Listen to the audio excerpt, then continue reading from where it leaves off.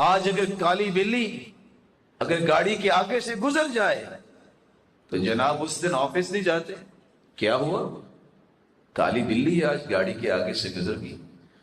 میرے بھائی اللہ کی مخلوق ہے تو جتنی کالی بلیاں ہیں کیا ان کو سفید پینٹ کروا دیا جائے؟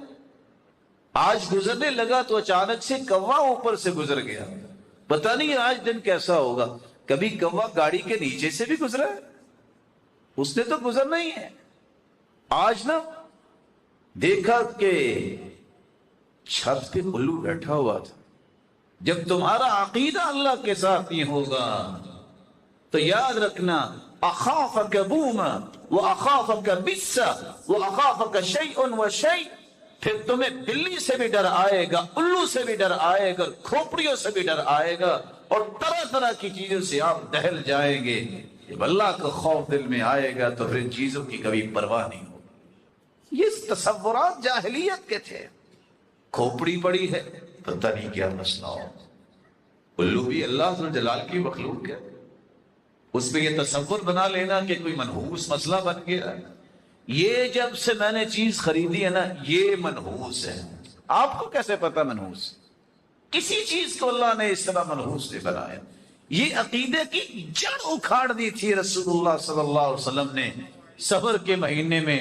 نہ یہ سفر کا مہینہ بڑا منحوس ہے. جاہلیت کے لوگ کہتے تھے سفر کی بیماری، سفر کا مہینہ جو شروع ہوتا ہے نا پیٹ میں درد شروع ہو جاتی ہے.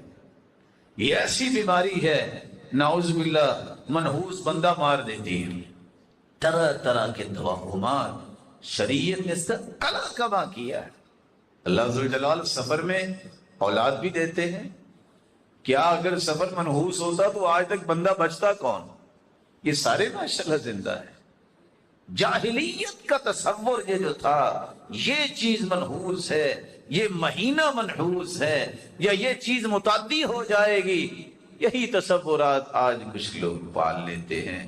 اللہ ذو جلال سب کو صراط مستقیم نصیب فرمائے. لیکن رسول اللہ صلی اللہ علیہ وسلم نے یہ فرمایا تھا الطیرۃ شرک، یہ کسی چیز کو منحوس سمجھنا اور اسی طرح یہ فعال بری نکالنا یہ شرک ہے. جب تک اللہ پہ توکل نہیں ہوگا اس سے انسان کی جان نہیں چھوٹی. وآخر دعوانا الحمدللہ رب العالمین.